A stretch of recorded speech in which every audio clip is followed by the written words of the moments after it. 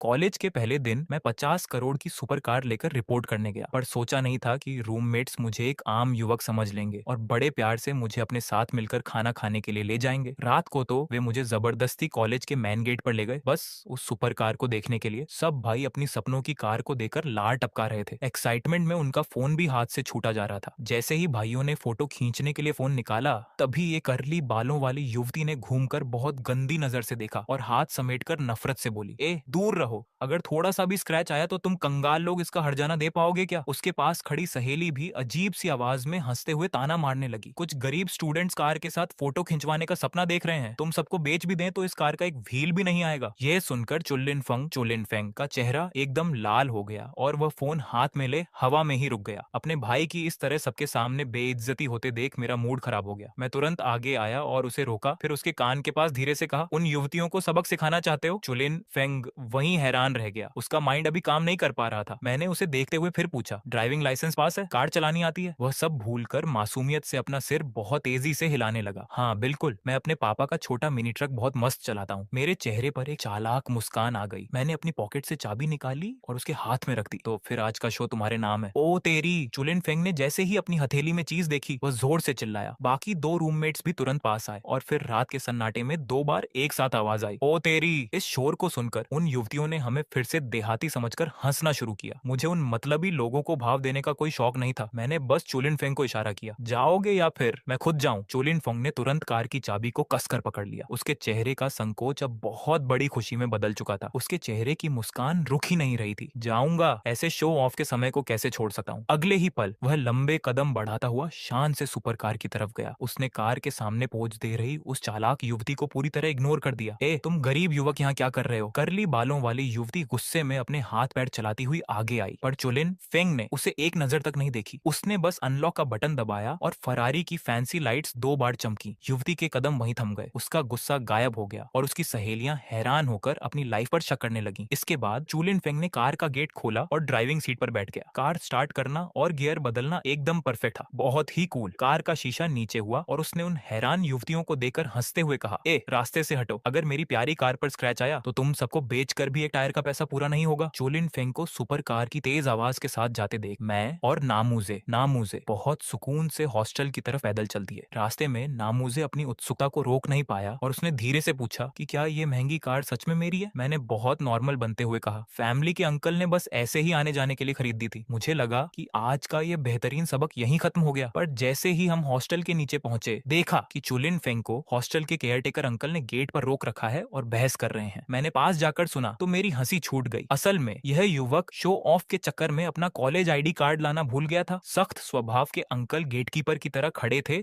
और उसे अंदर नहीं जाने दे रहे थे। मैं अपनी हंसी रोक नहीं पाया और तुरंत बात संभालने के लिए आगे आया। अंकल प्लीज जाने दीजिए, हम एक ही रूम के भाई हैं और ये कार भी मेरी ही है। अंकल ने शक की नजर से मुझे ऊपर से नीचे तक देखा, फिर उस शानदार कार को देखकर सिर हिलाया। अच्छा तो तुम्हारा आईडी कार्ड कहाँ है। मैंने पूरे कॉन्फिडेंस के साथ अपनी पॉकेट में हाथ डाला। अगले ही सेकंड मेरी मुस्कान गायब हो गई। शिट, मैं भी भूल गया था। मैंने तुरंत नामूजे की तरफ देखा। उसने अजीब तरह से अपने कंधे हिलाए, यानी उसके पास भी कुछ नहीं था। नामूजे ने अपनी आंखें घुमाई और गुस्से में कहा, अगर मेरे पास होता तो क्या मैं यहाँ चुपचाप खड़ा रहता। मैंने हार मानकर हाथ नीचे किए और अंकल को मक्खन लगाने लगा। अंकल हम सच में आज ही आए नए स्टूडेंट्स हैं। अंकल ने अपना मुंह बनाया और साफ मना कर दिया। मैं कैसे यकीन करूं। यह युवक अभी बहुत तेजी से आया और कार पार्क करके गायब हो गया। नामूजे बहस करने के लिए आगे आने लगा, पर अंकल ने सख्त होकर सीधे मना कर दिया, बिल्कुल नहीं। बाहर के बहुत से अमीर बाप के बेटे ऐसी कार लेकर कॉलेज में युवतियों को फंसाने आते हैं। यह सुनकर हम सब भाई वहीं शांत हो गए। मैंने अपना सिर पकड़ लिया और उन्हें याद दिलाया, अंकल लेकिन ये तो बॉयज हॉस्टल है ना। मैं थक चुका था, इसीलिए मैंने बहस छोड़ दी और सीधे अपने सेकंड अंकल ताऊ जी चाचा जी का नंबर मिलाया। 2 बेल बजते ही उन्होंने फोन उठाया। मैंने संक्षेप में सब बताया और कहा,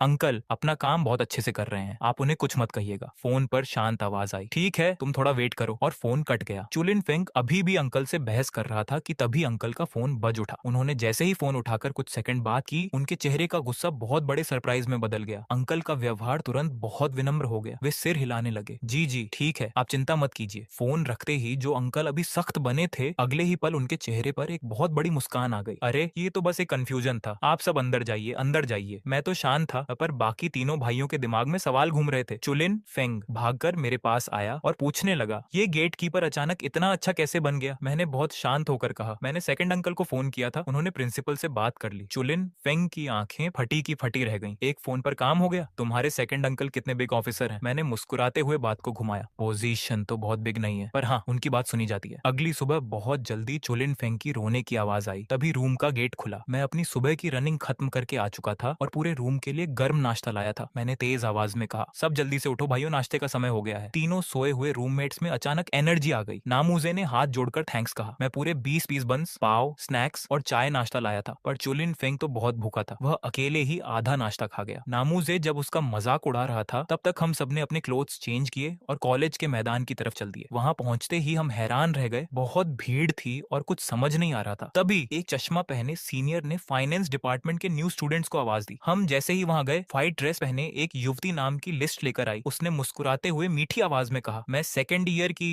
ल्यू में जी में हूँ और फाइनेंस डिपार्टमेंट की स्टूडेंट यूनियन प्रेसिडेंट भी हूँ। मैंने उस युवती को पहचान लिया और मुझे अचंभा हुआ कि वह यहाँ है। पास खड़े चुलिन फेंग ने मुझे कोहनी मारी और हंसते हुए बोला, तुम्हें क्या लगता है इस सुंदर सीनियर के साथ मेरा कोई कनेक्शन है? मैंने अपनी आंखें घुमाई। इससे पहले कि मैं कुछ बोलता, मैंने देखा कि ल्यू में की नजरें मुझ पर ही थीं। वह थोड़ा सा मुस्कुराई और फिर आगे चलने लगी। मैं अभी कॉलेज को देख भी नहीं पाया था कि उसने हमें क्लासरूम के बाहर पहुंचा दिया। मैं और चुलिन फेंग अंदर गए और विंडो के पास की एक अच्छी सीट देखकर बैठ गए। कुछ देर बाद चश्मा पहने एक यंग सर क्लास में आए और उन्होंने खुद को हमारा गाइड वांग युन ताओ बताया। उन्होंने अपना परिचय दिया और तुरंत अनाउंस किया कि कल से 2 हफ्ते की मिलिट्री ट्रेनिंग शुरू हो रही है। ये सुनते ही पूरी क्लास में शोर मच गया। क्लास के बाद जब मैं रूम में आया तो देखा कि चुलिन फेंग बेड पर एक बेजान चीज की तरह गिरा हुआ है। उसका चेहरा उदास था और वह रोते हुए चिल्ला रहा था। 2 हफ्ते की मुश्किल ट्रेनिंग, मुझे लगता है मैं तो खत्म हो जाऊंगा। मैंने हंसते हुए उसका मजाक उड़ाया, तुम रोज मेरे साथ रनिंग नहीं करते थे, अब डरो। चुलिन फेंग ने तुरंत अपनी साइड चेंज कर ली और मेरी तरफ पीट करके सो गया। दोपहर को ग्रुप में मिलिट्री ट्रेनिंग के क्लोथ्स लेने का मैसेज आया। मैंने अपनी हाइट और वेट बताया और टीचर ने मुझे मिलिट्री क्लोथ्स दे दिए। चुलिन फेंग ने देखा कि मैं क्लोथ्स को देख रहा हूँ। उसे लगा कि मुझे ये पसंद नहीं आए, पर मैंने हंसते हुए कहा, खराब नहीं है, पर ये मेरी लाइफ के सबसे सस्ते क्लोथ्स हैं। ये सुनकर चुलिन फेंग पूरी तरह चुप हो गया। अगली सुबह मैं फिर से रनिंग के लिए गया क्योंकि ये ट्रेनिंग मेरे लिए बहुत आसान थी। 7:30 बजे सभी न्यू स्टूडेंट्स मैदान में पहुंच गए। चुलिन फेंग ने मुझे ऊपर से नीचे तक देखा और जलन के साथ बोला, ऐसा क्यों है कि तुम इन सस्ते क्लोथ्स में भी इतने हैंडसम दिख रहे हो? ठीक 8 बजे सीनियर ऑफिसर्स स्टेज पर आ गए, पर उनमें से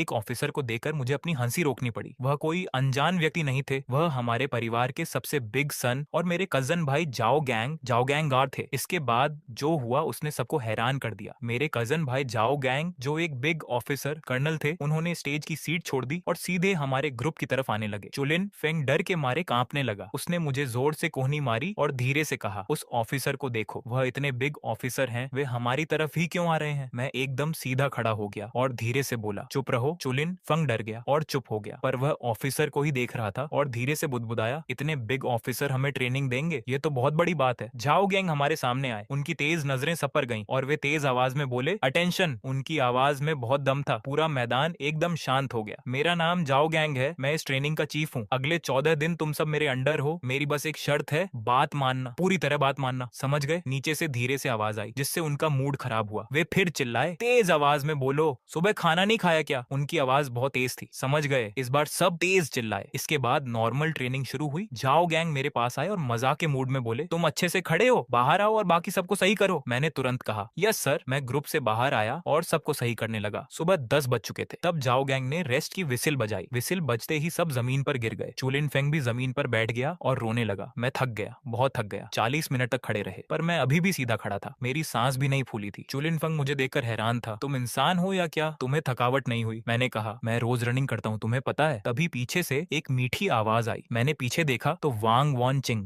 चिंग थी। उसने अपने बाल बांध रखे थे, हाथ में पानी की बोतल थी और वह मुस्कुरा रही थी। मैं थोड़ा हैरान हुआ। सीनियर, आप यहाँ मेरे लिए पानी लाई है? उसने मुस्कुराते हुए ठंडे पानी की बोतल मेरे हाथ में दी। पास खड़े चुलिन फेंग की आंखें बड़ी हो गईं। उसने कहा, मेरा पानी कहाँ है? तभी निंगसी वॉज भी शर्माते हुए आई और उसने चुलिन फेंग को पानी दिया। मैं और वांग वन चिंग छांव में बैठकर बात करने लगे। हम खुश थे, पर हमें नहीं पता था कि पास की दीवार के पीछे जाओ गैंग अपने फोन से हमारी फोटो खींच रहे थे। तुरंत एक फोटो हमारी फैमिली के चैट ग्रुप में चली गई। पूरा ग्रुप एक्टिव हो गया। मेरी थर्ड सिस्टर झाओ झाओ शाओटिंग ने सबसे पहले मैसेज किया, यह क्या है? क्या हमारे छोटे भाई को कोई पसंद आ गई है? यह युवती सुंदर दिख रही है। मेरी फोर्थ सिस्टर झाओ शाओजुए ने भी मजा किया, अरे वाह, अब ये समझदार हो गया है। किसी ने ग्रुप में जाओ गैंग को टैग किया, भैया जल्दी से एक और सामने से फोटो खींच कर भेजो। यहाँ तक कि मेरे फोर्थ अंकल जाओ शोशिन भी आ गए। हा, मेरे भतीजे की लाइफ में कोई आ गया है। भतीजे बाद में पूरी बात बताना, एक और फोटो भेजो। झाओ गैंग ने फोन रखा, उनके चेहरे पर एक शरारती मुस्कान थी। फिर उन्होंने विसिल बजाई। वांग वन चिंग और निंगसी हमें बाएं बोलकर चली गई। झाओ गैंग ने भी वांग वन चिंग को देखा और उन्हें वो अच्छी लगी। शाम 5:30 बजे तक ट्रेनिंग चली। जैसे ही छुट्टी हुई मेरा फोन बहुत तेज वाइब्रेट होने लगा। उसमें 99+ मैसेज देखकर मैं डर गया। मैंने व्हाट्सएप खोला तो मेरे होश उड़ गए। मेरे कजन भाई जाओ गैंग ने मेरी और सीनियर की फोटो फैमिली ग्रुप में डाल दी थी। मुझे अभी भी ट्रेनिंग ग्राउंड में जाओ गैंग की सख्त आवाज याद आ रही थी, अभी तुम परफेक्ट नहीं हो, सब ध्यान रखो। जब वे दूर चले गए तो शांत खड़ा ग्रुप अचानक शोर मचाने लगा। चुलिन फेंग उस खाली बोतल को ऐसे पकड़े था जैसे कोई कीमती चीज हो। वह हंस रहा था। मैंने अपनी आंखें घुमाई और कहा, बस करो, क्या इस खाली बोतल को घर ले जाओगे? हम दोनों बात करते हुए कैंटीन पहुंचे। वहां बहुत भीड़ थी। मैंने कहा, चलो 3rd फ्लोर पे चलते हैं, मैं पे करता हूँ। जैसे ही मैंने पेमेंट के लिए फोन निकाला, स्क्रीन पर वो 99+ मैसेज देखकर मेरा दिल बैठ गया। मेरे टोटल फ्रेंड्स भी 100 नहीं है, तो ये कौन सा ग्रुप है? मैंने कांपते हाथों से ग्रुप खोला। पूरे परिवार के मैसेज भरे पड़े थे। मैं सोच रहा था कि काश मैं कहीं छुप जाऊं। तभी ग्रुप में एक और मैसेज आया। जाओ गैंग ने लिखा था, पहला दिन खत्म हुआ, जिसे भी जाओ ये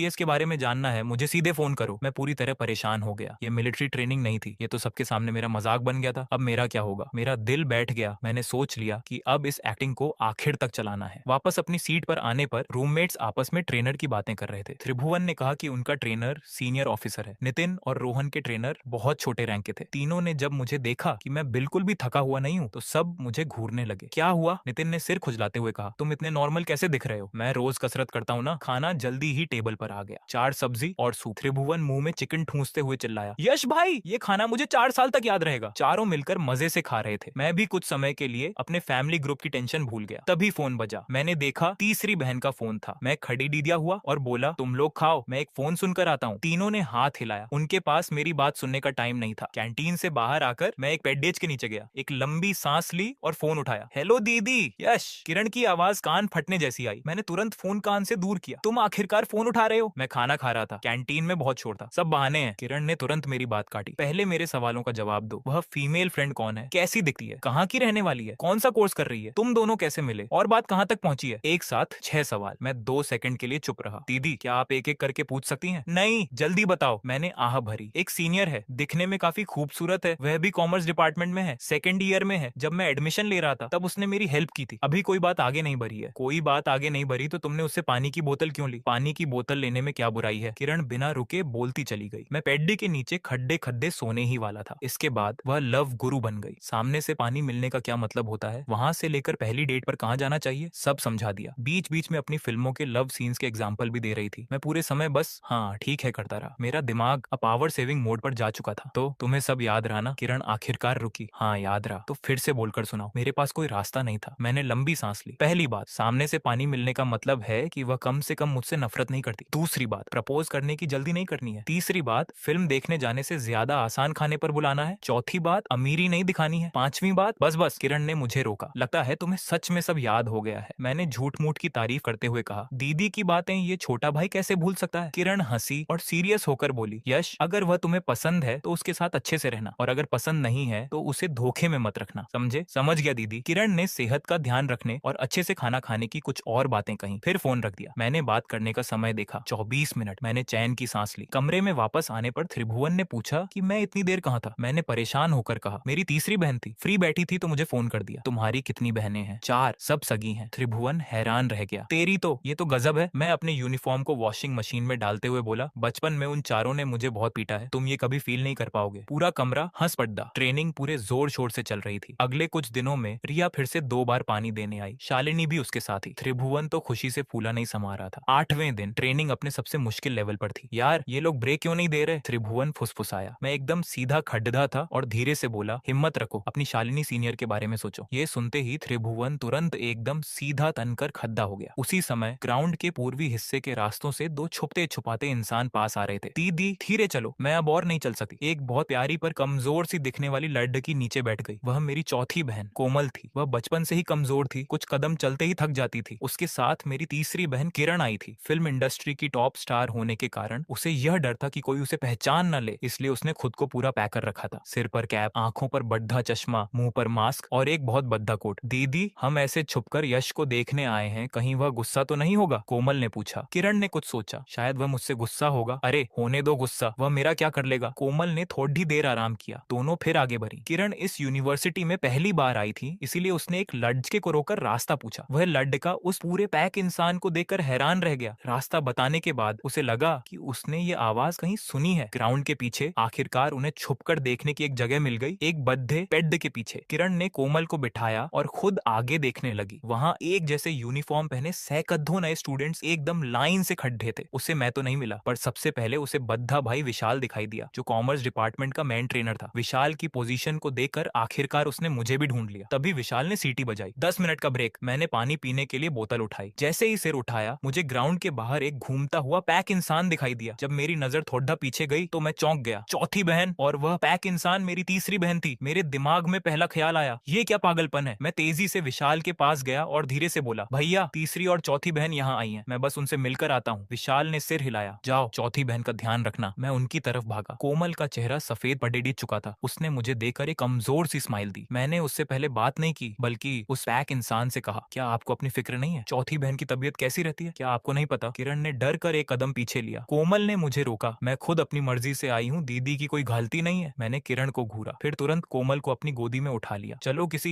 ठंडी जगह पर चलते हैं, यहाँ बहुत गर्मी है। तभी पीछे से विशाल की आवाज आई, सब वापस आ जाओ। त्रिभुवन ने पीछे मुड़कर देखा कि मैं एक खूबसूरत लड़की को गोदी में लेकर जा रहा हूँ। वह हैरान रह गया, पर इस बात की चर्चा अब पूरे कैंपस में फैलने वाली थी। मैं कोमल को गोदी में लेकर करीब 5 मिनट तक चला। सामने एक छोटा सा कॉलेज कैफे दिखाई दिया। दुकान छोटी थी, खिड़की पर कुछ पौधे थे। कोमल, हम यहाँ थोड़ी देर आराम करते हैं, फिर दीदी तुम्हें घर ले जाएंगी, ठीक है? जैसे ही मैं कैफे के गेट के पास पहुंचा, रिया अपने हाथ में कुछ बुक्स लेकर वहाँ आ रही थी। उसने जैसे ही मुझे एक लड़की को गोदी में उठाए देखा, वह वहीं की वहीं थम गई। रिया सीनियर, आप यहाँ क्या कर रही हैं? मेरी आवाज ने उसे होश में लाया। अरे, मेरी क्लास अभी खत्म हुई है, ये मेरी बहन आई है, ये मेरी चौथी बहन कोमल है। मैंने अपनी गोदी की तरफ इशारा किया, फिर उस पैक इंसान की तरफ इशारा करते हुए कहा, वह मेरी तीसरी बहन है। रिया ने जब सुना कि ये बहनें हैं, तो उसके दिल को सुकून मिला और उसने तुरंत नमस्ते किया। नमस्ते दीदी, मैं यश की सीनियर रिया हूँ। मैंने कैफे में एक पर्सनल केबिन बुक किया। किरण ने आखिरकार अपने सारे कपड़े मास्क उतारे। कैप, मास्क और बड्ढा चश्मा हटाते ही रिया ने हैरान होकर अपने मुंह पर हाथ रख लिया। दीदी, क्या आप किरण हैं? इस चेहरे को वह बहुत अच्छे से जानती थी। किरण फिल्म इंडस्ट्री की सबसे बड़ी स्टार, बेस्ट एक्ट्रेस का अवार्ड जीतने वाली, जिसके 3 म्यूजिक एल्बम सुपरहिट रहे हैं और सोशल मीडिया पर करोड़ों फैंस हैं। उसका नया सीरियल अभी कुछ समय पहले ही खत्म हुआ था। पूरे शहर में उसके पोस्टर थे। किरण ने मुस्कुराते हुए कहा, हाँ, मैं ही हूँ। कहीं तुम वही सीनियर तो नहीं हो जो यश को पानी देती है? रिया इतनी एक्साइटेड हो गई कि उसके मुंह से शब्द नहीं निकल रहे थे। उसने मेरी तरफ देखा। उसने सपने में भी नहीं सोचा था कि इतनी बड़ी स्टार मेरी सगी बहन होगी। इसके बाद मैं कॉफी पीते हुए उन दोनों की बातें सुनता रहा। किरण फिर से अपनी आदत के मुताबिक बातें पूछने लगी कि रिया कौन से ईयर में है, कहाँ की रहने वाली है। रिया ने बताया कि वह 2nd ईयर में है और इसी शहर के ईस्ट एरिया की रहने वाली है। किरण ने खुशी से हाथ मिलाया। यह तो बहुत बढ़िया है, मैं इन दिनों फ्री हूँ, वीकेंड पर हम सब साथ में घूमने चलेंगे। मैं तो बस अपना सिर पकड़ कर रह गया। तीसरी दीदी, आपका वह शांत और सीरियस लुक कहाँ गया? जब बूढ़े बात कर रहे हो तो बच्चे बीच में मुंह नहीं खोलते। मैंने उन सबको ऑर्डर देने को कहा तो तीनों एक दूसरे पर बात डालने लगे। आखिर में मैंने कहा, मेरी तरफ से ट्रीट। वे दोनों एक साथ बोले, ठीक है, तुम ही पैसे दो। मैं बाहर ऑर्डर देने गया और स्टाफ से कहा कि अंदर सर्व न करें, क्योंकि मुझे डर था कि कोई तीसरी दीदी को पहचान न ले। जब तक कॉफी तैयार हो रही थी, तब तक अंजलि ने कोमल से पूछा कि उसे फ्री टाइम में क्या करना पसंद है। कोमल ने कहा कि किताबें पढ़ना, लाइब्रेरी जाना और वीकेंड पर इंटर्नशिप करना। उसने तो 2nd ईयर से ही इंटर्नशिप शुरू कर दी थी। अंजलि का गॉसिप वाला मूड अब इम्प्रेस होने में बदल गया। उसे लगा कि बंदी में आगे बढ़ने का जज्बा है। फिर उसने आवाज धीमी करके पूछा, वैसे तुम्हारा कोई बॉयफ्रेंड है क्या? तीसरी दीदी, अब मुझसे कंट्रोल नहीं हो रहा था। कोमल का चेहरा एकदम लाल हो गया। नहीं नहीं, ऐसा कुछ नहीं है। अंजलि ने खुश होकर अपना सिर हिलाया। अमित सामने बैठा हुआ चुपचाप ये सब नजारा देख रहा था। उसकी नजरें तीसरी दीदी से हटकर कोमल पर गईं। वह बड़े प्यार से उस गर्ल को देख रहा था जो इतनी सिंपल और साफ दिल थी। जब वह हंसती थी तो उसके गालों पर डिंपल पड़ जाते थे। कोमल, उसने अपनी धीमी और प्यारी आवाज में कहा, थैंक यू कि तुम दादाजी के लिए पानी लेकर आई। अरे इसमें क्या बात है, पहले रोहन ने भी मेरी हेल्प की थी। अमित ने अपना इंट्रो दिया और कहा, रोहन बचपन से कभी स्कूल नहीं गया, ये उसका पहला चांस है जब उसके साथ कोई क्लासमेट है। ये जानकर कि कोई सीनियर गर्ल उसका ख्याल रखने के लिए है, हम सबको बहुत तसल्ली मिली है। कोमल ने जब ये सुना तो उसे यकीन नहीं हुआ कि ये साइंस टॉपर कभी स्कूल ही नहीं गया। चारों लोग कॉफी शॉप में तकरीबन आधा घंटा बैठे रहे। अमित ने जब गुनगुना पानी पी लिया तो उसकी तबीयत पहले से काफी बेहतर दिखने लगी। मैंने समय देखा। तीसरी दीदी, आप चौथी दीदी को लेकर घर जाओ, अब उन्हें आराम करना चाहिए। अमित टेबल का सहारा लेकर खड़ीडा हुआ। जब वह कोमल के पास से गुजरा तो रुका और धीरे से बोला, कोमल, रोहन का ख्याल रखने के लिए थैंक यू। इतना कहकर वह अंजलि का हाथ पकड़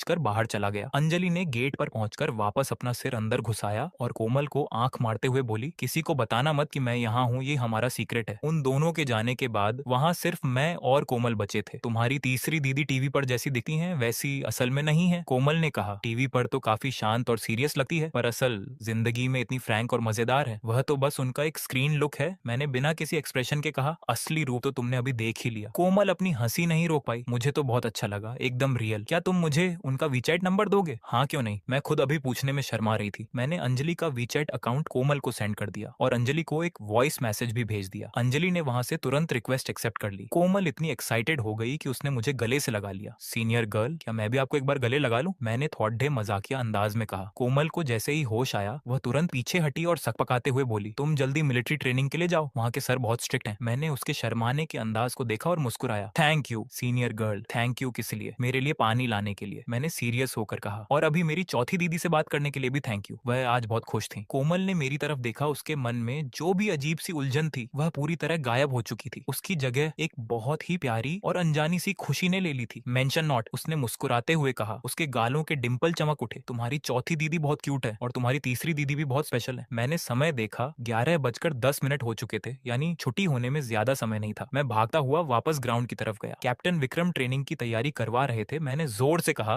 रिपोर्ट सर। कैप्टन विक्रम ने मुझे देखा। बोलो। फिर उन्होंने बात आगे बढ़ाई। सुनो, थोड़ी देर में मेरे पास आना। वह मेरे पास आए। उस समय उनकी पीठ 300 लोगों की तरफ थी। उन्होंने बहुत धीमी आवाज में पूछा, अमित की तबीयत कैसी है अब? मैंने अपने बड्ढे भाई की तरफ देखा। विक्रम का चेहरा ट्रेनिंग के समय जैसा ही सख्त था, पर उनकी आंखों में फिक्र साफ दिख रही थी। सब ठीक है, बस थकान थी। तीसरी दीदी उन्हें लेकर घर चली गई। विक्रम ने अपना सिर हिलाया और 1 मिनट तक चुप रहे। उसका चेहरा कुछ ठीक नहीं लग रहा था। हाँ, तीसरी दीदी का तो आपको पता ही है, जब जो मन में आए वही करती हैं। विक्रम के होठों पर एक हल्की सी मुस्कान आई, पर उन्होंने बस इतना ही कहा, जाओ अपनी टीम में शामिल हो जाओ। कुछ ही देर बाद विक्रम ने आवाज लगाई, सब एक साथ आ जाओ। उन्होंने दोपहर के बाद होने वाली ट्रेनिंग के बारे में बताया और सबको फ्री कर दिया। वरुण पूरे दोपहर से अपनी बात रोके हुए था। उसने तुरंत पूछा, रोहन तुम अभी कहाँ गए थे? तुमने किसे गले लगाया था? वह मेरी चौथी दीदी थी, उनकी तबीयत ठीक नहीं रहती। तीसरी दीदी उन्हें यहाँ लेकर आई थी। अच्छा, मुझे तो लगा कि वरुण का इंटरेस्ट एकदम खत्म हो गया। क्या लगा था तुम्हें? अरे कुछ नहीं कुछ नहीं, दोपहर के बाद की ट्रेनिंग में कोई खास बात नहीं हुई। 5:30 सब खत्म हुआ, पर आज रात को भी स्पेशल ट्रेनिंग होनी थी। जैसे ही यह अनाउंसमेंट हुआ, पूरे ग्राउंड पर सब जोर जोर से चिल्लाने और शिकायत करने लगे। इतना शोर क्यों? विक्रम ने कहा। उनकी आवाज भले ही बहुत तेज नहीं थी, पर उनका एक एक शब्द सबको चुप कराने के लिए काफी था। क्या मैंने ऐसा कहा कि रात की ट्रेनिंग में तुम्हें 5 किलोमीटर भागना है? पूरी टीम एकदम शांत हो गई। विक्रम एक कदम आगे बढ़े और उनके चेहरे के एक्सप्रेशन थोड़े इजी हो गए। आज रात को कुछ टफ काम नहीं है, बस मस्ती होगी। सब के सब हैरान रह गए और फिर पूरे ग्राउंड पर खुशी की लहर दौड़ गई। विक्रम ने अपना हाथ उठाकर सबको शांत किया। दिन में काफी मेहनत हुई है, मैं जानता हूँ कि तुम सब थक चुके हो। रात को कोई फिजिकल टेस्ट नहीं होगा, बस गेम्स होंगे। ये हुई ना बात? वरुण सबसे पहले चिल्लाया। उसकी तो आवाज ही बैठ गई। विक्रम के एक इशारे पर 300 से ज्यादा लोग घास पर पालथी मारकर बैठ गए। वह खुद भी वहीं बैठ गए। एक पैर पर दूसरा पैर रखकर आराम से बैठ गए। वह दिन वाले सख्त कैप्टन से बिल्कुल अलग लग रहे थे। आज दिन में तुम सबने कैसा परफॉर्म किया ये तुम अच्छे से जानते हो, पर मेरा इरादा किसी की क्लास लेने का नहीं है। इस ट्रेनिंग का असली मकसद यही है कि तुम्हें पता चले कि असली थकान क्या होती है। अब तो सबको एहसास हो ही गया होगा। वहाँ नीचे बैठे कुछ लोग धीरे से हंसने लगे। मैं तुम सबसे एक सवाल पूछता हूँ, आज की इस हैवी ट्रेनिंग के बारे में तुम्हारा क्या सोचना है? बस फिर क्या था, सबने अपने दिल की बात कहनी शुरू कर दी। बहुत ज्यादा थकान हो गई सर, ऐसा लग रहा है कि पैर मेरे हैं ही नहीं, पैरों में छाले पड़े गए हैं। विक्रम बड़े इंटरेस्ट के साथ सबकी बातें सुनते रहे। जब सब अपनी बात कह चुके तब वह धीरे से बोले, थकान होना तो बहुत नॉर्मल बात है। जब मैं नया नया आया था तब मेरी हालत तो इससे भी बेकार थी। वह खड़े हुए और अपने कपड़ों की धूल साफ करते हुए बोले, ऐसा करते हैं, मैं तुम्हें एक मौका देता हूँ। तुम में से कोई भी आगे आए और मुझसे मुकाबला करे। मुझे हराना जरूरी नहीं है, बस मेरे के गए काम का आधा भी कर लोगे तो तुम्हारी जीत मान ली जाएगी, और अगर तुम जीत गए तो कल की ट्रेनिंग आदि कर दी जाएगी। यह सुनते ही पूरे ग्राउंड पर हंगामा मच गया। ठीक है, अब सब पहले खाना खाने जाओ, रात को 7 बजे यहाँ वापस जमा होना है। रात के 7 बजे पूरा ग्राउंड लोगों से खचाखच भरा हुआ था। विक्रम आराम से टहलते हुए आए, सबको इकट्ठा किया और बॉयज और गर्ल्स को अलग अलग साइड खड़ा होने को कहा। उन्होंने बिना किसी जल्दबाजी के अपनी जैकेट उतारी। अंदर उन्होंने एक टाइट ब्लैक टी शर्ट पहनी हुई थी जिसमें उनके मसल्स साफ नजर आ रहे थे। शाम को जो बात हुई थी उसे अब शुरू करते हैं, कौन आएगा सबसे पहले। 2 सेकंड के लिए वहां सन्नाटा छा गया। फिर पीछे की लाइन से काफी मजबूत और तगड़ा बॉय खड़ा हुआ। उसकी हाइट 6 फीट के करीब थी, जिसे देखकर ही लग रहा था कि वह स्पोर्ट्स बैकग्राउंड से है। वह बड्ढे बड्ढे कदम घबराता हुआ आगे आया। सर क्या करना होगा? पुशअप्स। अगर तुम लगातार 50 परफेक्ट पुशअप्स कर लेते हो तो तुम्हारी जीत पकी। वह बॉय मुस्कुराया और नीचे झुककर पुशअप्स करने लगा। शुरू के 30 पुशअप्स तो उसने बहुत तेज और सही तरीके से किए, पर जैसे ही वह 40 के पास पहुंचा उसकी स्पीड कम होने लगी और उसके हाथ कांपने लगे। 47वें पुशअप पर वह सीधा नीचे गिर गया। विक्रम ने उसे उठाया और उसकी पीठ थपथपाई। वह बॉय धीरे से बुदबुदाया, वैसे तो मैं 60 से ज्यादा कर लेता हूँ, और वह उदास होकर वापस अपनी जगह चला गया। विक्रम बीच में खड़े थे, उनकी सांस तक नहीं फूली थी। क्या कोई और आना चाहता है? उन्होंने चारों तरफ देखा। पूरी टीम में एकदम सन्नाटा था। वरुण मेरे पास बैठा हुआ था। उसने अपनी कोहनी से मुझे धक्का दिया। रोहन भाई, तुम क्यों नहीं ट्राई करते? मैं क्यों जाऊं? तुम जाओ, मुझे पूरा भरोसा है कि तुम ये कर सकते हो। आसपास के कई स्टूडेंट्स भी मेरी तरफ देखने लगे। एक स्टूडेंट ने धीरे से कहा, ये इससे नहीं हो पाएगा। वरुण ने उस इंसान को घूर कर देखा और मुझे फिर से उकसाने ही वाला था कि तभी सामने से विक्रम की आवाज आई, वहां पीछे। वरुण, तुम क्या फुसफुसा रहे हो? वरुण एकदम से चौंक कर खड़ा हुआ। रिपोर्ट सर, मैं यहाँ से एक बेस्ट प्लेयर का नाम सजेस्ट कर रहा हूँ। किसका नाम? वरुण ने अपनी उंगली से मेरी तरफ इशारा किया। ये रोहन, मुझे लगता है कि ये कर सकता है। वहां मौजूद 300 से ज्यादा लोगों की नजरें सीधे मुझ पर आकर टिक गईं। मैं बहुत धीरे से खड़ा हुआ और वरुण को घूर कर देखा। वरुण ने अपना सिर पीछे खींचा और बिना आवाज किए सिर्फ अपने होठों से कहा, ऑल द बेस्ट। विक्रम ने जब मुझे देखा तो उनकी आंखों में एक अलग सी चमक आई। उन्होंने बिना अपनी फीलिंग्स दिखाए नॉर्मल आवाज में पूछा, रोहन, क्या तुम सच में ट्राई करना चाहते हो? मैंने एक सेकंड के लिए अपने बड़े भाई की आंखों में देखा। मुझे विक्रम की आवाज में एक बड़े भाई का अपने छोटे भाई को आजमाने वाला अंदाज साफ महसूस हो रहा था। हाँ, क्यों नहीं। मेरी आवाज भले ही तेज नहीं थी, पर उसमें पूरा कॉन्फिडेंस था। पूरी टीम में धीरे धीरे बातें शुरू हो गई और ज्यादातर लोगों को यही लग रहा था कि मैं ये नहीं कर पाऊंगा। मैं आगे बढ़ा और झोंक गॉग के सामने जाकर खड़ा हो गया। किस चीज का मुकाबला? मैंने पूछा। पुशअप्स का। एंड्योरेंस टेस्ट है। जो पहले हार मानेगा वो हारेगा। झोंक गॉग ने आगे कहा, रूल में एक चीज और जोड़ लो, तुम्हें मुझसे जीतना जरूरी नहीं है। अगर तुमने मेरे टोटल का आधा भी कर लिया तो तुम जीत जाओगे और कल की ट्रेनिंग आधी हो जाएगी। मैंने अपने कंधे उचकाए। सब चलेगा, आधी नहीं होगी तो भी चलेगा। ये सुनकर आसपास के लोगों में खुसर पुसर और बढ़ गई। तुम हम सबको रिप्रेजेंट कर रहे हो, भीड़ में से कोई चिल्लाया। तो फिर तुम खुद आ जाओ यहाँ। मैंने उस बोलने वाले की तरफ एक बेरुखी भरी नजर से देखा। उस बंदे की हवा तुरंत टाइट हो गई और वो शांत हो गया। मैंने फिर से कहा, अगर आप लोगों में यहाँ आकर खड़े होने की हिम्मत नहीं है तो ज्यादा बकवास मत करो। अब सबके सब बिल्कुल खामोश हो गए। शुरू करते हैं। मैं नीचे आया और अपने दोनों हाथ घास पर टिका दिया। मेरा पोस्चर एकदम परफेक्ट था, जैसे किसी किताब का स्क्रीनशॉट हो। हम दोनों ने एक साथ शुरू किया। 20, 30, 50। आसपास की आवाजें धीरे धीरे गायब हो गईं और वहां एकदम सन्नाटा छा गया। 80, 100। कुछ लोगों की तो सांसें ऊपर नीचे होने लगी। मेरा फॉर्म बिल्कुल भी नहीं बिगड़ा और मेरी सांसें भी नॉर्मल चल रही थी। 150, 200। अब तो मैदान का माहौल ही पूरा बदल चुका था। सबकी आंखें फटी की फटी रह गईं। 250, 300। हम दोनों मशीनों की तरह लगे हुए थे, रुकने का नाम ही नहीं ले रहे थे। 350, 400। झोंक गॉग जब 410 पर पहुंचे तो उनके हाथ कांप गए और वो नीचे गिर गए। वो घास पर पलटकर लेट गए और जोर जोर से सांसें लेने लगे, पर मैं अभी भी नहीं रुका था। 411, 412। सबसे पहले चूल इनफॉग होश में आया और उसने उछलकर जोर से चिल्लाया, झोविये। बस फिर क्या था, पूरा मैदान गूंज उठा। तालियां, चीखें, सीटियां सब एक साथ मिक्स हो गईं। हर कोई बस मेरा ही नाम चिल्ला रहा था। मैंने 5 पुशअप्स और किए और फिर रुक गया। जब मैं खड़ा हुआ तो ऐसा लगा जैसे कुछ हुआ ही नहीं। मेरी सांसें भी भारी नहीं हुई थी। मैं झोंक गॉग के पास गया और अपना हाथ आगे बढ़ाया। झोंक गॉग ने घास पर लेटे लेटे अपने छोटे भाई जैसे साथी के हाथ को देखा। वो थोड़ा झिझके और फिर मुस्कुरा दिए। वो मुस्कान हल्की थी पर एकदम सच्ची थी। उनकी आंखों में एक गर्व साफ दिख रहा था। उन्होंने मेरा हाथ पकड़ा और खड़े हो गए। फिर पूरी टीम की तरफ घूमकर बोले, आज का मुकाबला मैं हार गया, कल की ट्रेनिंग आधी होगी। फाइनेंस डिपार्टमेंट में तो जैसे खुशियों का धमाका हो गया। सब जोर जोर से चीखने लगे। चू लिनफॉग भीड़ से निकलकर भागा हुआ आया और उसने मेरे हाथ को पकड़ लिया। भाई साहब, 400 से ज्यादा पुशअप्स, तुम इंसान हो या रोबोट? मैंने उसके सिर पर धीरे से एक हाथ मारा और खुद को छुड़ाया। बस कर भाई, अब उल्टी आ जाएगी। अब तो सबकी आंखों में मेरे लिए इज्जत साफ दिख रही थी। जो पहले कैजुअल ले रहे थे वो अब पूरी तरह से फैन हो चुके थे। मैंने नोटिस किया कि भीड़ में एक लड़की थी जो बिना किसी मेकअप के भी बहुत प्यारी लग रही थी, फू यनरान। मुझे याद आया कि मैंने उसकी मिलिट्री पोजीशन को ठीक किया था। अगले दिन ट्रेनिंग आदि हो गई थी, इसीलिए फाइनेंस डिपार्टमेंट के लोग ज्यादातर टाइम आराम ही कर रहे थे, जिसे देखकर दूसरे डिपार्टमेंट्स के स्टूडेंट्स जल भुन रहे थे। पूरे दिन की ट्रेनिंग शाम को 5:30 बजे खत्म हुई। झोंक गॉग ने सबको लाइन में खड़ा किया, कुछ बातें कहीं और फिर छुट्टी कर दी। 300 से ज्यादा लोगों को जैसे कोई बड़ी आजादी मिल गई हो। चू लिनफॉग एकदम बॉस वाले स्टाइल में बोला, ये सब तो ये भाई की वजह से हुआ है, नहीं तो आज फिर पैरों का कचुम्बर निकल जाता। नान मुझे और लिन ईजो पहले से ही मैदान के एग्जिट गेट पर वेट कर रहे थे। नान मुझे वहां लगी रेलिंग पर किसी कीचड़ की तरह पसरा हुआ था और लिन ईजू के चश्मे के नीचे के डार्क सर्कल्स और भी गहरे दिख रहे थे। तुम दोनों की हालत तो बड़ी खराब लग रही है, चू लिनफॉग ने मजे लेते हुए कहा। पूछो मत भाई, हमारे इंस्ट्रक्टर आज पागल हो गए थे, नान मुझे ने बिना किसी जान के कहा। हा हा हा, शुक्र मनाओ झोविये का, हमारी ट्रेनिंग तो आज आधी थी। चू लिनफॉग के चेहरे पर चिढ़ाने वाले एक्सप्रेशन साफ दिख रहे थे। हाँ भाई, पता है तुम ये बात कम से कम 800 बार बोल चुके हो। मेरा मूड काफी अच्छा था। चलो चलो आज बाहर चलते हैं, पार्टी मेरी तरफ से। सच में? चू लिनफॉग तुरंत एक्साइटेड हो गया। कहाँ चलना है? तुम लोग डिसाइड कर लो। साउथ गेट के पास एक नया बारबेक्यू शॉप खुला है। नान मूजे ने तुरंत अपना हाथ उठाया। हम चारों हॉस्टल आए, फ्रेश हुए और क्लोथ्स चेंज किए। मैंने एक ब्लैक कलर की टी शर्ट पहनी जिसका फैब्रिक बहुत ही प्रीमियम था और कलाई पर एक सिंपल सी ग्रे कलर की वॉच पहन ली। चू लिनफॉग ने अब मुझसे प्राइस पूछना ही बंद कर दिया था। जैसे ही हम हॉस्टल के मेन गेट से बाहर निकले, मेरे फोन पर वीचैट का एक मैसेज आया। वॉग वांचिक का मैसेज था जिसमें बस 6 शब्द लिखे थे, साउथ गेट, झॉव ये बचाओ। मेरे कदम वहीं रुक गए और मेरे चेहरे के एक्सप्रेशंस बदल गए। चू लिनफॉग ने भी वो मैसेज देख लिया था। क्या हुआ भाई? मैंने कोई जवाब नहीं दिया और सीधे वॉग वांचिक को कॉल लगा दिया। एक ही रिंग में फोन पिक हो गया। फोन के उस पार काफी शोर था, पुरुषों की आवाजें थीं और लड़कियों की बहस हो रही थी। वॉग वांचिक की आवाज बहुत धीमी थी पर वो खुद को शांत रखने की पूरी कोशिश कर रही थी। झॉव ये पियाओ बुकी फिर से आ गया है। साउथ गेट के बाहर जो छोटा सा स्क्वायर है वहाँ उसने हमें घेर लिया है। निक्शी भी मेरे साथ है। मैं अभी आ रहा हूँ। मैंने फोन कट किया और चू लिनफॉग से कहा, तुम लोग बारबेक्यू शॉप पर चलो, मुझे कुछ काम है। क्या काम है? हम भी तुम्हारे साथ चलेंगे, चू लिनफॉग ने जोर दिया। मैंने उन तीनों की तरफ देखा। उन सबके चेहरों पर एक ही जैसी बात लिखी थी, ठीक है चलो मेरे साथ ही रहो। हम चारों कैंपस में लगभग भागते हुए आगे बढ़े। मैं सबसे आगे था। मेरी स्पीड तेज और एकदम स्टेबल थी। मेरा राइट हैंड नीचे की तरफ था और उंगलियां थोड़ी भींची हुई थी। साउथ गेट पर तमाशा देखने वालों की भारी भीड़ लगी हुई थी। मैं भीड़ को हटाते हुए अंदर गया तो वहाँ 7-8 लोग खड़े थे। पियाओ बुकी ने एक ब्राइट ग्रीन कलर का स्पोर्ट्स जैकेट पहना हुआ था जो स्ट्रीट लाइट में दूर से ही चमक रहा था। उसके पीछे उसी के जैसे क्लोथ्स पहने 4 और लड़के खड़े थे जो हाथ बांधे हुए एकदम एटीट्यूड में थे। उनके सामने वॉग वांचिक और निक्शी को एक पेड़ और फ्लावर बेड के बीच के कोने में घेर कर रखा गया था। वॉग वांचिक ने अपने हाथ में फोन टाइट पकड़ रखा था। उसकी पीठ एकदम सीधी थी और चेहरे पर गुस्सा था। निक्शी उससे आधा कदम आगे खड़ी थी और उसका चेहरा थोड़ा सफेद पड़ चुका था। वांचिक, तुम भाग क्यों रही हो? पियाओ बुकी ने अपना सिर थोड़ा टेढ़ा करके मजाकिया टोन में कहा। मैं तो बस तुम्हें डिनर पर ले जाना चाहता हूँ, इसके लिए इतना नाटक करने की क्या जरूरत है? पियाओ बुकी, मैं तुम्हें पहले ही बता चुकी हूँ कि हमारे बीच ऐसा कुछ नहीं हो सकता। तुम यहाँ फिर से मत आया करो। वॉग वांचिक की आवाज वैसे तो शांत थी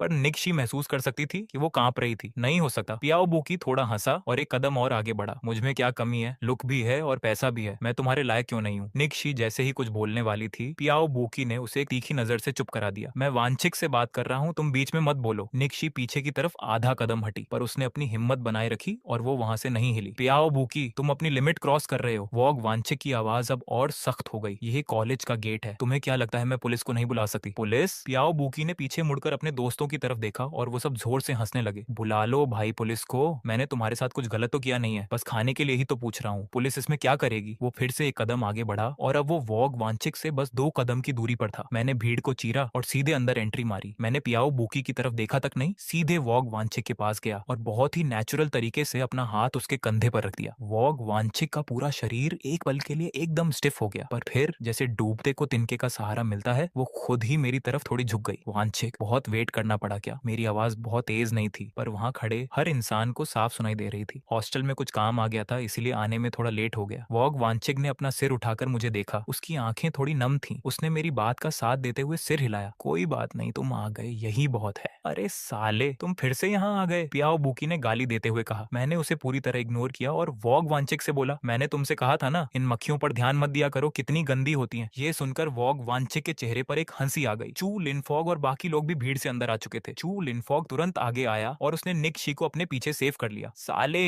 अपना हाथ वांचिक के ऊपर से हटा, पियाओ बुकी चिल्लाया। ओ भाई, वो मेरी गर्लफ्रेंड है, मैं जैसे चाहूं वैसे साथ रहूं। तुम कौन होते हो बोलने वाले? गर्लफ्रेंड? पियाओ बुकी ने एक अजीब सी हंसी हंसते हुए मुझे ऊपर से नीचे तक देखा। उसकी आंखों में साफ नफरत थी। तुम वांचिक का बॉयफ्रेंड कब से हो गया? मुझे तो इस बारे में कुछ नहीं पता। उसे अपनी लाइफ के फैसले तुम्हें बताने की कोई जरूरत नहीं है। मेरी टोन अभी भी एकदम नॉर्मल थी पर मेरे हर एक शब्द में एक अलग ही पावर थी। पियाओ बुकी कुछ बोलने ही वाला था कि मैंने फिर से कहा, तुम अभी अपने इन दोस्तों को लेकर यहाँ से निकल जाओ तो मैं इस बात को यहीं खत्म कर दूंगा। खत्म कर दूंगा। पियाओ बुकी बहुत ही अजीब तरीके से हंसा। तुम कहोगे और बात खत्म हो जाएगी। तुम हो कौन भाई? उसने पीछे घूमकर अपने दोस्तों से कहा। तुम लोगों ने सुना, ये लड़का मुझसे कह रहा है कि बात खत्म कर दो। अभी अभी कॉलेज में आया एक नया स्टूडेंट है, अच्छे क्लोथ्स पहनकर खुद को बहुत बड़ा नवाब समझ रहा है। उसके दोस्त भी उसके साथ हंसने लगे। पियाओ बुकी फिर से मेरी तरफ घूमा और एक कदम और आगे आ गया। अब वो मेरे बिल्कुल करीब था। मैं तुम्हें बता दूं, इस शहर में बस कुछ महंगे ब्रांड्स पहनकर तुम दादागिरी नहीं दिखा सकते। तुम्हें पता भी है कि मेरे पिता कौन है। मैंने उसकी तरफ देखा पर मुंह से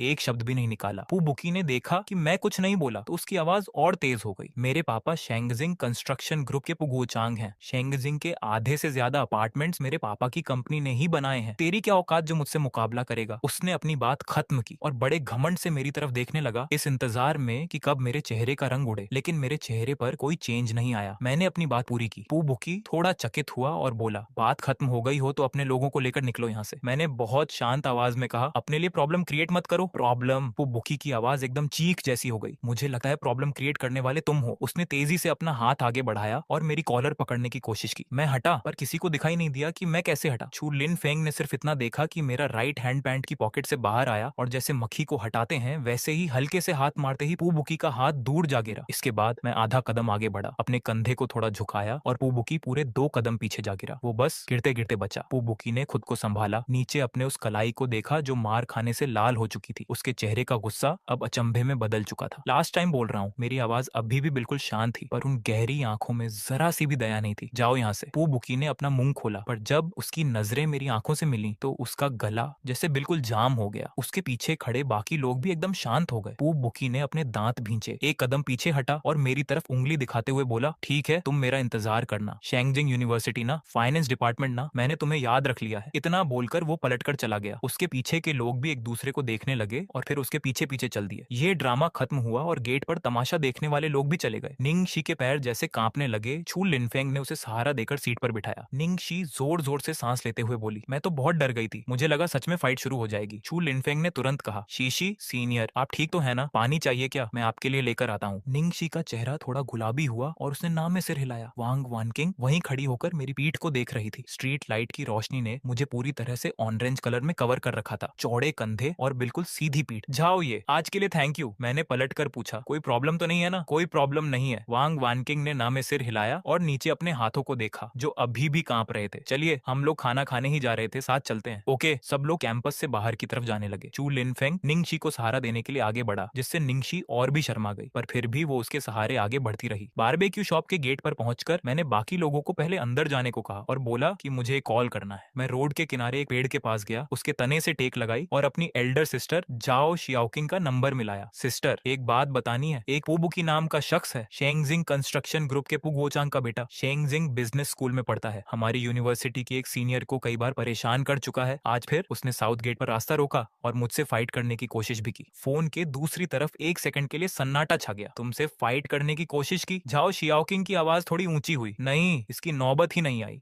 झाओ शियाओकिंग की आवाज में थोड़ा संतोष था। फिर क्या हुआ? वो चला गया, पर जाते जाते धमकी दे गया। मैं थोड़ा रुका। मेरी आवाज इतनी नॉर्मल थी जैसे मैं पूछ रहा हूँ कि आज खाने में क्या है। सिस्टर, उससे कहना कि कल कॉलेज के गेट पर आए और घुटनों के बल बैठकर मुझसे और मेरी सीनियर से माफी मांगे, तब ये बात यहीं खत्म होगी। अगर नहीं आया तो अंजाम भुगतने के लिए तैयार रहे। फोन की दूसरी तरफ करीब 3 सेकंड तक चुपी रही। फिर झाओ शियाओकिंग ने सिर्फ एक शब्द कहा, ओके। थोड़ा रुकर उसने एक और लाइन जोड़ी, मुझे पता चल गया है, ना कोई सवाल ना कोई हिचकिचाहट। वैसे तुम्हारी थर्ड सिस्टर कल बोल रही थी कि वो यवू की दिखने में काफी अच्छी है। बहुत बढ़िया है। मैं ये बात सुनकर बिल्कुल स्पीचलेस हो गया। हेलो, सिग्नल इतना वीक क्यों है भाई? मैं ऐसे ही बड़बड़ाते हुए कॉल कट कर दिया। जब मैं बारबेक्यू शॉप में वापस आया तो वांग वानकिंग और निंगशी पुराना वाकया भूलकर छू लिनफेंग और बाकी लोगों के साथ मजे से बातें कर रही थी। टेबल पर बहुत सी डिशेज आ चुकी थी। जाओ ये, तुम जल्दी बैठो, मीट का ऑर्डर दे दिया है, तुम फिक्र मत करो, मैंने सबसे बेस्ट चीजें मंगवाई हैं। चू लिनफेंग ने मेरी तरफ हाथ हिलाया। तभी अचानक बाहर से कार के ब्रेक लगाने की बहुत तेज आवाज आई। एक नहीं बल्कि कई कारों की आवाज थी। टायर्स के रोड पर घिसने की आवाज रात के सन्नाटे में बहुत अजीब लगी। 3 बहुत ही रेयर लग्जरी स्पोर्ट्स कार्स रुकी, उनके गेट्स खुले और उनमें से लगभग 12 यंग लड़के उतरे जिनकी उम्र 20 साल के आसपास थी। वे सब महंगे ब्रांड्स के क्लॉथ्स पहने हुए थे। सबसे आगे वाले शख्स ने नियन ग्रीन कलर का जैकेट पहन रखा था जो बहुत चमक रहा था। वो पुबुकी ही था। वो बारबेक्यू शॉप के गेट पर खड़ा हुआ और उसकी नजरें तुरंत विंडो के पास बैठी हमारी टेबल पर टिक गईं। वो अपने लोगों को लेकर सीधे हमारी तरफ आया। शॉप के बाकी कस्टमर्स ने तुरंत अपने सिर नीचे कर लिए। ओनर का चेहरा सफेद पड़ गया और उसका हाथ काउंटर के नीचे रखे फोन की तरफ चला गया। चू लिनफेंग के हाथ से चिमटा टेबल पर गिर गया। वांग वानकिंग का दिल तेजी से धड़कने लगा और उसने मेरे क्लॉथ्स को हल्के से खींचा। मैंने उसे भरोसा दिलाती नजरों से देखा। चू लिनफेंग ने बिना किसी को दिखाए टेबल पर रखी बियर की बोतल को कसकर पकड़ लिया। मैं अपनी जगह से बिल्कुल नहीं हिला। मेरे मुंह में अभी भी मीट का पीस था और मैं उसे बहुत आराम से चबा रहा था। पू बुकी टेबल के पास आया, अपने दोनों हाथ टेबल पर टिकाए और ऊपर से मेरी तरफ देखते हुए बोला, जूनियर, फिर से मुलाकात हो गई। मैंने मुंह का खाना अंदर लिया, अपना सिर उठाया और कहा, कोई काम है? पू बुकी की स्माइल एक पल के लिए गायब हो गई। वो अपने साथ 12 लोग लाया था। 3 लग्जरी कार्स में पूरे टशन के साथ अंदर आया था, पर सामने बैठे इस फर्स्ट ईयर के स्टूडेंट के चेहरे पर एक शिकन तक नहीं थी। तुमने कॉलेज के गेट पर मेरी इंसल्ट की, अब तुम पूछ रहे हो कि कोई काम है? मैंने अपनी स्पून नीचे रखी, चेयर के पीछे टेक लगाई और कहा, तो फिर अब तुम्हारा क्या प्लान प्लान है? पू बुकी इस बेपरवाह अंदाज को देखकर बिल्कुल गुस्से से पागल हो गया। उसने पीछे मुड़कर अपने आदमियों को देखा। 11 लोग एक कदम आगे बढ़े और हमारी टेबल को चारों तरफ से पूरी तरह घेर लिया। छू लिनफेंग धीरे से खड़ा हुआ, उसके हाथ में बियर की बोतल थी। नान मुझे भी खड़ा हो गया और मेरे पास आकर रुक गया। मैंने उन दोनों को देखा और कहा, बैठ जाओ। लेकिन बैठ जाओ, मेरी आवाज इस बार और धीमी थी, पर उसमें एक ऐसा पावर था जिसे टाला नहीं जा सकता था। चू लिनफेंग ने अपने दांत भींचे और धीरे से नीचे बैठ गया। मैं पलटा और सीधे पुबुकी के सामने हुआ। पुबुकी, मैंने तुम्हें अभी कुछ समय पहले ही एक चांस दिया था। मुझे चांस दिया? पुबुकी हंसा। तेरी क्या हैसियत है बे? उसने तेजी से अपना हाथ आगे बढ़ाया और मेरी कॉलर पकड़ने की कोशिश की, बिल्कुल वैसे ही जैसे दोपहर को साउथ गेट पर किया था। पर इस बार मैंने उसका हाथ हटाया नहीं। मैंने अपना राइट हैंड उठाया और पुबुकी की कलाई को कसकर लॉक कर दिया। इसके बाद मैं एक कदम आगे बढ़ा, अपने कंधे को थोड़ा झुकाया और पुबुकी उसी मोमेंट आगे की तरफ खींचा चला आया। उसका हाथ उसकी पीठ के पीछे लॉक हो चुका था। पुबुकी के मुंह से एक चीख निकली और उसका चेहरा ऑलमोस्ट टेबल से टच हो गया। ये पूरा सीन 2 सेकंड से भी कम समय में हो गया। पीछे खड़े 11 लोग जब तक कुछ समझते, किसी ने बियर की बोतल उठाई, किसी ने चेयर उठाई, तो कोई मुक्का तानकर आगे बढ़ा। मैंने पुबुकी को छोड़ा और उनकी तरफ बढ़ गया। पहला शख्स आगे आया। उसका मुक्का मेरे क्लॉथ्स को छू भी नहीं पाया था कि मैंने साइड होकर खुद को बचाया और अपना हाथ उसकी गर्दन के पीछे दे मारा। वो शख्स सीधे जमीन पर जा गिरा। दूसरे शख्स ने बियर की बोतल से हमला करना चाहा। मैंने अपना सिर घुमाकर खुद को बचाया और लेफ्ट हैंड से उसकी कलाई पकड़कर मरोड़ दी। बियर की बोतल नीचे गिरकर चूर चूर हो गई और वो शख्स 3 मीटर दूर जा गिरा। तीसरा शख्स पीछे से झपटा। मैं थोड़ा नीचे झुका, उसका निशाना चूक गया। फिर मैंने उसके पीछे की कॉलर पकड़ी और उसे हवा में ऐसा घुमाया कि वो चौथे शख्स के ऊपर जा गिरा। दोनों एक साथ जमीन पर लौटने लगे। 5वां, छठा, 7वां। मेरी स्पीड इतनी तेज थी कि कोई देख भी नहीं पा रहा था। ये कोई सड़क छाप फाइट नहीं थी, बल्कि बहुत ही सटीक और असरदार मूव्स थे। हर एक वॉर इतना परफेक्ट था कि सामने वाला तुरंत बेअसर हो जाए, पर उसे कोई सीरियस इंजरी भी ना आए। चू लिनफेंग और बाकी लोग अपनी चेयर पर वैसे ही बैठे रह गए। उनके मुंह खुले के खुले थे और हाथ में पकड़ी बियर की बोतल को ऊपर उठाना ही भूल गए। जब लास्ट शख्स आगे बढ़ा तो उसके पैर पहले से ही कांप रहे थे। उसने मुझे देखा, फिर जमीन पर यहाँ वहां गिरे अपने साथियों को देखा और तुरंत पीछे मुड़कर भागने लगा। वो 2 कदम ही भागा था कि मैंने पीछे से उसकी कॉलर पकड़ी और हल्के से हवा में लहराते हुए पुबुकी के पास फेंक दिया। 12 के 12 लोग जमीन पर चिते। बारबेक्यू शॉप में सारा सामान बिखर चुका था, पर कहीं भी खून का एक कतरा नहीं था और ना ही किसी की हड्डी टूटने की आवाज आई थी। वहां पार्क फर्श पर पेट के बल गिरा हुआ था। उसका हाथ पीछे की तरफ ऐंठा हुआ था और उसका चेहरा जमीन के टाइल्स से चिपका था। वह डर के मारे बुरी तरह कांप रहा था। जब उसने अपने पीछे अपने साथियों के रोने चीखने की आवाजें सुनी तो उसका सारा एटीट्यूड हवा हो गया। प्लीज प्लीज अब मत मारो। उसकी आवाज थरथरा रही थी। मैं उसके पास नीचे झुका और उसे देखते हुए बोला, मैंने तुमसे कहा था कि आज मैंने तुम्हें चांस दिया था। पार्क फिर से कांप उठा। कल कॉलेज के गेट पर आकर घुटनों के बल बैठकर मुझसे और वांग से माफी मांगना। पार्क को लगा जैसे उसने कुछ गलत सुन लिया हो। उसने अविश्वास से मेरी तरफ देखा। अगर नहीं आए तो मैंने उसकी तरफ देखा। मेरी आंखों में कोई गुस्सा नहीं था, बस एक ऐसी शांति थी जो सामने वाले को अंदर तक डरा दे। आगे जो भी होगा उसके जिम्मेदार तुम खुद होगे, समझ में आया? पार्क ने जल्दी जल्दी अपना सिर हिलाया। चलो अब निकलो यहाँ से। पार्क घिसटे हुए खड़ा हुआ और घबराहट में वहां से भाग गया। बाकी लोग भी उसके पीछे पीछे भागे। बाहर से कार के इंजन स्टार्ट होने की आवाज आई। तीनों कारें बहुत तेज स्पीड से वहां से गायब हो गईं। रेस्टोरेंट में एकदम शांति छा गई। मैं वापस अपनी सीट पर बैठा और सुअर का मांस, पोर्क का एक पीस जो अब ठंडा हो चुका था, अपने मुंह में रख लिया। मांस ठंडा हो गया है, ओनर से कहकर इसे फिर से गर्म करवा लेते हैं। बाकी 5 लोग एक दूसरे का मुंह देखने लगे। काफी समय बाद आखिरकार छू को अपनी आवाज वापस मिली। जाओ, तुमने अभी अकेले ही 12 लोगों को साफ कर दिया। हाँ, क्यों? क्या तुम्हें मार्शल आर्ट आता है? पहले कभी सीखा है? बस थोड़ा बहुत सीखा है। थोड़ा बहुत? चू की आवाज बहुत तेज हो गई। तुम इसे थोड़ा बहुत कहते हो? वांग को भी इस बात पर यकीन नहीं हो रहा था। तुमने इतनी आसानी से 12 लोगों को नीचे गिरा दिया। मैंने मासूम चेहरा बनाते हुए कहा, क्या ये साफ साफ दिखाई नहीं दे रहा? वांग ने अपना मुंह खोला, पर कुछ कहते कहते रुक गई। अगले आधे घंटे तक चू, नान और लिन बारी बारी से मुझसे बातें उगलवाने की कोशिश करते रहे ताकि उन्हें मेरे बारे में और पता चल सके। लेकिन मेरा स्टाइल तो फिक्स था। मैं बस हाँ, हूँ या अच्छा बोलता रहा या फिर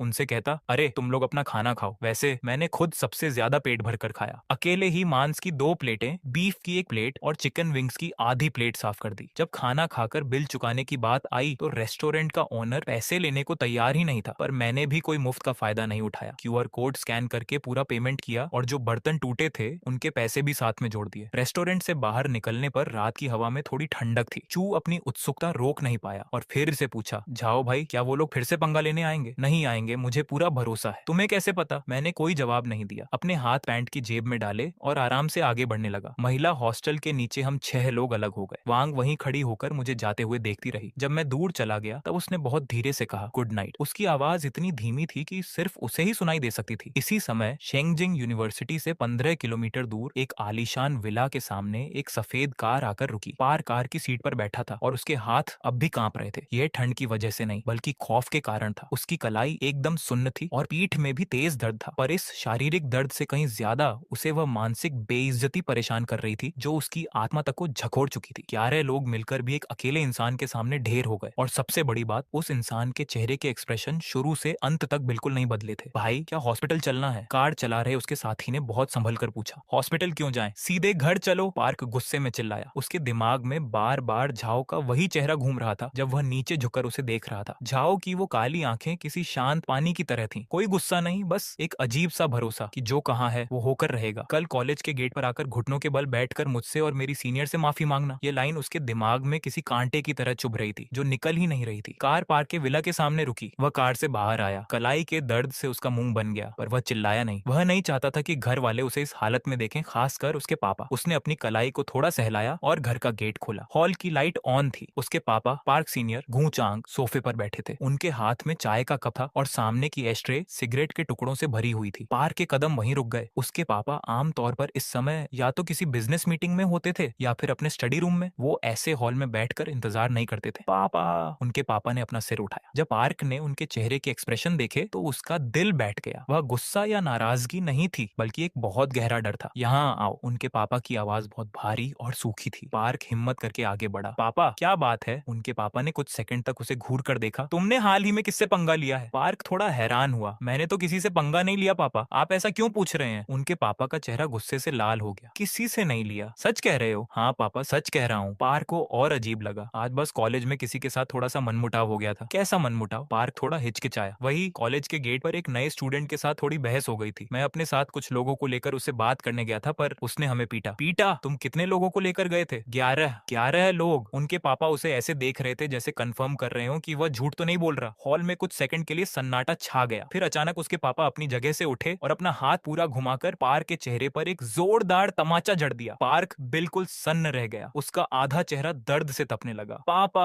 आपने मुझे क्यों मारा? उनके पापा ने कुछ नहीं कहा और दूसरे हाथ से एक और तमाचा मार दिया। पार्क 2 कदम पीछे की तरफ लड़खड़ा गया और उसके मुंह से खून आने लगा। तुम्हें पता भी है कि तुमने किस इंसान से दुश्मनी मोल ली है? उनके पापा लगभग चीखते हुए बोले। मुझे सच में नहीं पता पापा, मैंने किसी बड़े इंसान से पंगा नहीं लिया। तुम्हें नहीं पता? आज रात मुझे किसका फोन आया था जानते हो? उनके पापा ने एक लंबी सांस ली। झाओ शियाओकिंग, झाओ कॉर्पोरेशन की प्रेसिडेंट। पार्क की आंखें फटी की फटी रह गईं। झाओ कॉर्पोरेशन को झाओ सीनियर ने शुरू किया था और 20 सालों में उसकी वैल्यू 100 बिलियन तक पहुंचाई थी। लेकिन असली कमाल तो झाओ शियाओकिंग ने किया। उसके कमान संभालते ही सिर्फ 3 सालों में कंपनी की वैल्यू 100 बिलियन से बढ़कर लगभग 1000 बिलियन हो गई। 1000 बिलियन! पार्क का दिमाग सुन्न हो गया। उनके खुद के कंस्ट्रक्शन बिजनेस की वैल्यू तो सिर्फ कुछ बिलियन ही थी। झाओ शियाओकिंग ने फोन पर कहा कि तुम्हारे बेटे ने आज हमारे झाओ फैमिली के छोटे बेटे यानी मेरे भाई की सीनियर को घेरा और उनके साथ बदतमीजी की। छोटे बेटे ने कहा है कि कल तुम्हारा बेटा कॉलेज के गेट पर आकर घुटनों के बल बैठकर उससे और उसकी सीनियर से माफी मांगे। अगर वह नहीं आया तो आगे जो भी होगा उसके जिम्मेदार तुम खुद होगे। पार्क का चेहरा गुस्से और डर के मारे एकदम सफेद पड़ गया। अब उसे समझ आया कि झाओ जो कह रहा था वह सिर्फ हवा में बातें नहीं थी। क्या तुम जानते हो कि वह झाओ कौन है? वह झाओ शियाओकिंग का सगा छोटा भाई है, झाओ फैमिली का इकलौता वारिस। उनके पापा की आवाज इतनी कमजोर लग रही थी जैसे कोई डूबता हुआ इंसान बोल रहा हो। झाओ फैमिली का जो रुतबा है हम उसके आसपास भी नहीं है और उनकी ताकत सिर्फ इस बिजनेस तक ही सीमित नहीं है। क्या तुम्हें पता है कि उस झाओ के दादाजी कौन है? पार्क ने बिना कुछ सोचे समझे बस नाम में अपना सिर हिलाया। झाओ जेनबांग। ये नाम सुनते ही पार्क के पैरों ने उसका साथ छोड़ दिया। वह तुरंत फर्श पर घुटनों के बल गिर गया। इस बार वह झाओ के कहने पर नहीं गिरा था बल्कि इसलिए गिरा था क्योंकि उसे आखिरकार समझ आ गया था कि उसने कितनी बड़ी मुसीबत को दावत दे दी है। पापा, मुझसे बहुत बड़ी गलती हो गई। वान वांचिंग को जब यह खबर मिली तो वह हॉस्टल में बुक रीड कर रही थी। उसने बुक रखी, ग्राउंड में आई, भीड़ को चीरते हुए आगे बढ़ी और फिर हैरान रह गई। पू बुकी घास पर घुटनों के बल बैठा था और उसके ठीक सामने घास पर मैं बैठा था। उसने अनजाने में एक कदम पीछे खींच लिया। जाओ मत, अभी नाटक खत्म नहीं हुआ है। मैंने अपना सिर घुमाकर पू बुकी की तरफ देखा। पू बुकी जमीन पर घुटनों के बल बैठा था। उसकी आवाज सैंडपेपर की तरफ फटी हुई थी। वान वांचिंग क्लासमेट, आई एम सॉरी। इस बीच तुम्हें परेशान करना मेरी भूल थी। कल लोगों को लाकर हंगामा करना भी मेरी भूल थी। मैं प्रॉमिस करता हूँ कि इसके बाद कभी तुम्हारे तुम्हारे सामने नहीं आऊंगा। जमीन पर घुटनों के बल बैठे पू बुकी को देखकर वान वांचिंग का मन अजीब सा हो गया। इस इंसान ने उसे लगभग 1 साल तक परेशान किया था, लेकिन अब वह हजारों लोगों के सामने घुटनों के बल बैठकर उससे माफी मांग रहा था। उसने फील किया कि उसे वैसी खुशी नहीं मिली जैसी उसने सोची थी। उसने मेरी तरफ देखा। मैं साइड में खड़ा था, अपने दोनों हाथ पॉकेट में डाले हुए, चेहरा एकदम नॉर्मल था, जैसे कह रहा हो कि ये कोई बड़ी बात नहीं है। वान वांचिंग ने एक गहरी सांस ली। तुम जाओ, इसके बाद मत आना। पू बुकी ने अपना सिर नीचे किया और धीरे से जमीन से खड़ा हुआ। उसके घुटनों पर घास के दाग और मिट्टी के निशान थे। वह पूरी तरह से बेहाल दिख रहा था। पू गू चांग ने बहुत संभल कर अपनी जुबान खोली। जाओ यंग मास्टर, तो ये मामला, मैंने कहा था कि घुटनों के बल बैठकर माफी मांग लो तो ये मामला खत्म। पू गू चांग को जैसे बहुत बड़ी राहत मिल गई। वह पू बुकी को खींचकर ऑलमोस्ट घसीटते हुए ग्राउंड से बाहर ले जाने लगा। पू बुकी को जब खींचकर ले जाया जा रहा था तो वह कुछ कदम बाद अचानक रुका। उसने पीछे घूमकर मेरी तरफ देखा। उसकी उन आंखों में कोई गुस्सा नहीं था, कोई शिकायत नहीं थी, बस एक बहुत ही गहरा खौफ था जो उसकी हड्डियों तक समा चुका था। ग्राउंड पर कुछ सेकंड्स के लिए सन्नाटा छा गया और फिर अचानक शोर मच गया। चू लिनफेंग पास आया। जाओ यंग मास्टर, क्या आप किसी बहुत बड़े रईस खानदान के बेटे हैं? नहीं। तो फिर आपने ऐसा क्यों किया? क्योंकि मैं उसका जूनियर हूँ। मैंने उसकी तरफ देखा। क्या इतना काफी नहीं है? चू लिनफेंग एक पल के लिए चकरा गया, फिर हंसते हुए बोला, काफी है, बहुत ज्यादा काफी है। मिलिट्री ट्रेनिंग के आखिरी दिन मार्च पास्ट का परफॉर्मेंस था। फाइनेंस डिपार्टमेंट का ग्रुप 8वें नंबर पर आने वाला था। झाओ गांग ग्रुप के साइड में खड़े होकर आखिरी बार टीम को ठीक कर रहे थे। 14 दिन तक मेहनत की है, बस आज के इन 5 मिनटों का खेल है। अगर किसी ने भी गलत स्टेप लिया तो वापस आकर एक्स्ट्रा ट्रेनिंग करनी होगी। जब ग्रुप स्टेज के सामने से निकला तो मैं दूसरी लाइन में चौथे नंबर पर था। मेरी चाल एकदम पकी थी, हाथ उठाने का लेवल और पैर का एंगल सब कुछ एकदम परफेक्ट और किताबी स्टैंडर्ड का था। परफॉर्मेंस खत्म होने के बाद रिजल्ट्स का अनाउंसमेंट तुरंत वहीं पर हुआ। फाइनेंस डिपार्टमेंट को फर्स्ट पोजीशन मिली। 300 से ज्यादा लोग एक सेकंड के लिए चुप रहे और फिर इतनी तेज खुशी की आवाज गूंजी कि कान फट जाए। इसके बाद बड़ी मीटिंग हुई और ये बताया गया कि दोपहर को छुट्टी है और मंडे से रेगुलर क्लासेस शुरू होंगी। मेरे दिल में एक खुशी की लहर दौड़ गई। 18 साल की लाइफ में ये पहली बार था जब मैं अपने घर से इतनी दूर रहा था। मैंने तुरंत अपनी चौथी सिस्टर को एक मैसेज भेजा, मिलिट्री ट्रेनिंग खत्म हो गई है, कुछ देर में घर आ रहा हूँ। मैसेज का रिप्लाई तुरंत आया। जाओ शियाओशु सच में बहुत खुश थी। बहुत अच्छे, मैं आंटी से कहकर तुम्हारी पसंद की डिश बनवाती हूँ। सब कुछ खत्म होने के बाद नान मुझे और लिन येजो अपने अपने ग्रुप से भागते हुए मेरे पास आए। चू लिनफेंग ने उनसे पूछा कि उनका डिपार्टमेंट कौन से नंबर पर आया। नान मुझे का डिपार्टमेंट 8वें नंबर पर था और लिन येजो का इंटरनेशनल ट्रेड डिपार्टमेंट तीसरे नंबर पर था। चू लिनफेंग ने तेज आवाज में कहा, आज तो पार्टी बनती है, आज नहीं हो पाएगा। मैंने अपनी बात रखी, मुझे एक बार घर जाना है। घर? क्या तुम्हारा घर इसी शहर में है? हाँ, क्लोथ्स गंदे हो गए हैं, घर जाकर चेंज करने। तो तुम वापस कब आओगे? नान मुझे ने पूछा। संडे की रात को। ठीक है, तो संडे की रात को तुम्हारे साथ डिनर करेंगे। चू लिनफेंग ने अपना हाथ हवा में हिलाया। इस बार मेरी तरफ से पार्टी। भले ही मैं तुम्हें किसी बहुत बड़े होटल में खाना नहीं खिला सकता, पर कैंटीन की स्पाइसी मैगी या सूप तो पिला ही सकता हूँ। मैंने उसकी तरफ देखा, मेरे चेहरे पर हल्की सी मुस्कान आ गई। ठीक है। चारों लोग ग्राउंड के किनारे पर अलग हो गए। चू लिनफेंग और बाकी दोनों कैंटीन की तरफ चले गए। मैं हॉस्टल की तरफ घूमा, क्लोथ्स चेंज किए, गंदे क्लोथ्स को बैग में रखा और फिर नीचे आकर अपनी कार लेकर कॉलेज के गेट से बाहर निकल गया। शेंगजिंग का सितंबर का महीना,